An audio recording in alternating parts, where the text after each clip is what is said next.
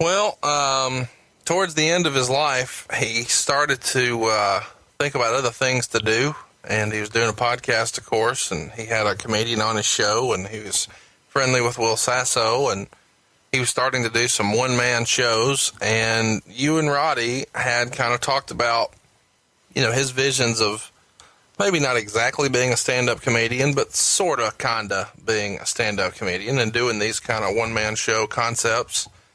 Curious through what the plans were and how all of that was supposed to go down before it didn't.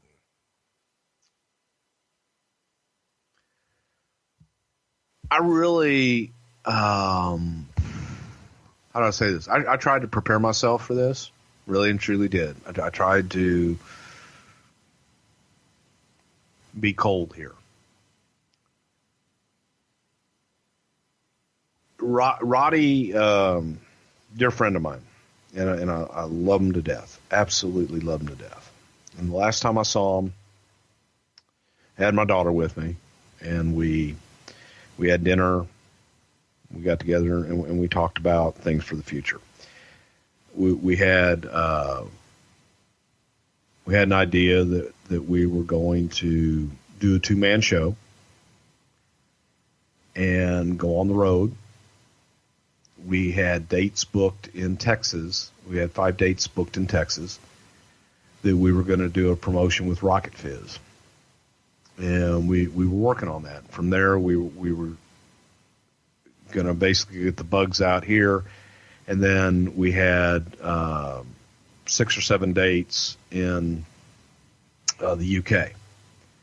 So we were just going back and forth on what we could do and so on and so forth.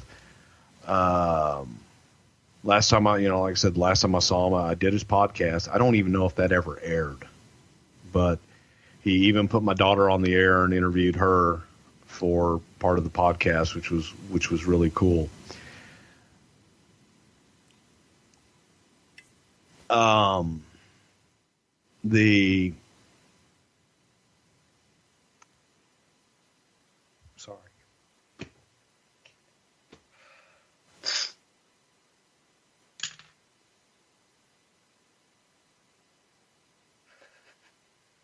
Fuck me, man. Sorry, I can't. We're not in a rush, dude. I'm sitting looking at the picture in the book.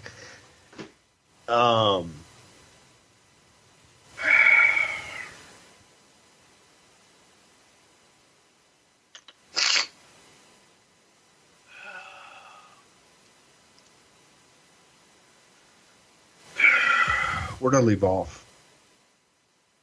Doing the show. Mm-hmm.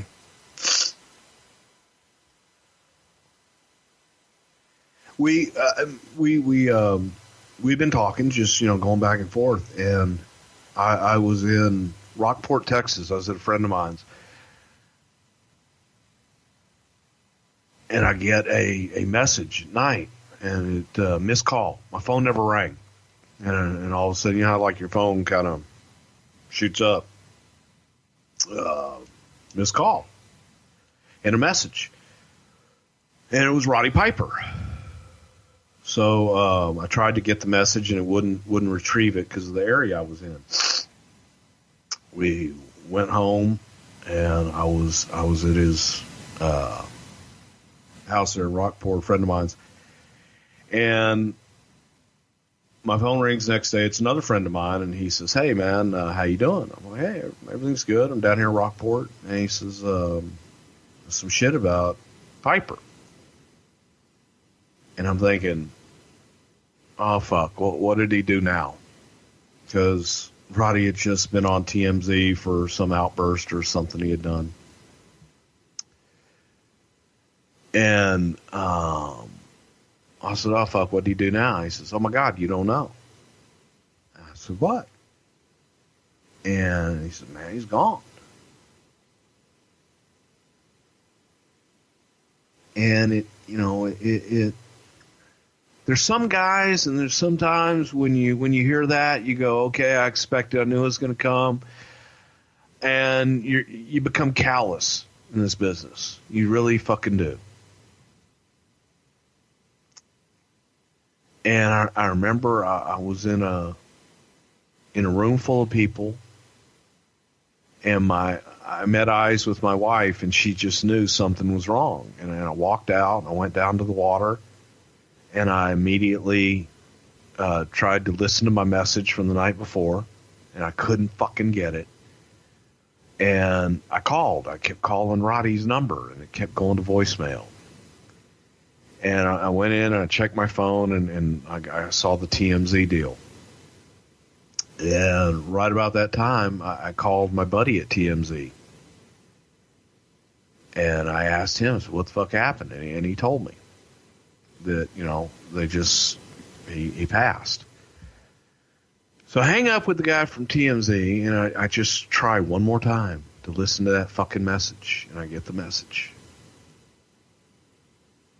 And it was Roddy, and he says, hey, I just called. I just got in. I've been on the road. I was up in Canada, and I just came home. Not feeling real good. I think I'm going to go to bed. Just called to talk to you and tell you I love you, and I'll talk to you tomorrow. That was it. And he was gone.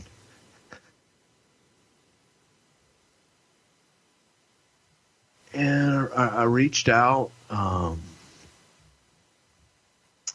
Colt and Kitty and everything. And Colt got back with me and says, hey, you were the last person he called. And always just kind of, I don't know, man. He died of natural causes, man. He had a heart attack in his sleep and just passed. But it just, it eats me up that I missed that call. And just fucked up. But, I talked to Cole afterwards, and I helped them with the book. So they could help, so they could finish the book that he had been working on. And that was it. But that one, man, they're like I said, you become calloused, which I'm not proud of. And fucking Roddy hit me, and it hit me hard. Especially because, last time we were together in person and just, we talked about life and death and health. And it just sucked. But, yeah, that's the story, man. And I miss him to this day. He was a big influence in my life. He was a big influence in my career. This sums him up in some ways. When he met my wife for the first time, and he looks at her and says, "Oh, what do you need there? You need some towels. You need a toaster. What do you need? Oh, what can I get you?" That was Roddy. He was always thinking about everybody else and what can he do for you. And that's the guy that I choose to remember. That's the guy that I love. He was really good to me. He was really good to my brother. He was the guy that I called when my dad was in intensive care for 18 days straight. That son bitch talked me down off the cliff more times than you could ever imagine. And that was my friend Roddy Piper. So there you go. Love him. Piper passed away on July 31st, 2015 in Hollywood, California, which is where he had a home at the time. His death certificate said that it was due to cardiopulmonary arrest caused by hypertension and it listed a pulmonary embolism as a contributing factor. TMZ reported this all as a heart attack. He has 4 children and 4 grandchildren, and he's one of the rare cases who was married since 1982 to Kitty. He died a month after Dusty Rhodes. It was a bad month in wrestling. And I broke the news of Dusty to Roddy. I was at the Mid-Atlantic Fan Fest in Charlotte when the news broke, and of course it spread like wildfire there, and I was the person who told Rick, and he thought I was ribbing him, and he got half hot and said, "Don't fuck around," because no one could believe that this had happened to Roddy Piper.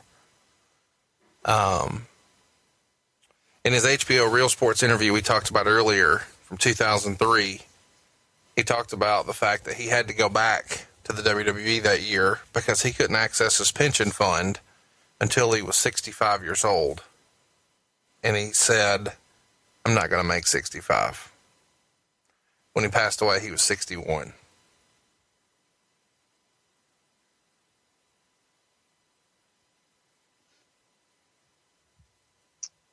Yeah, we used to joke we wouldn't make 30.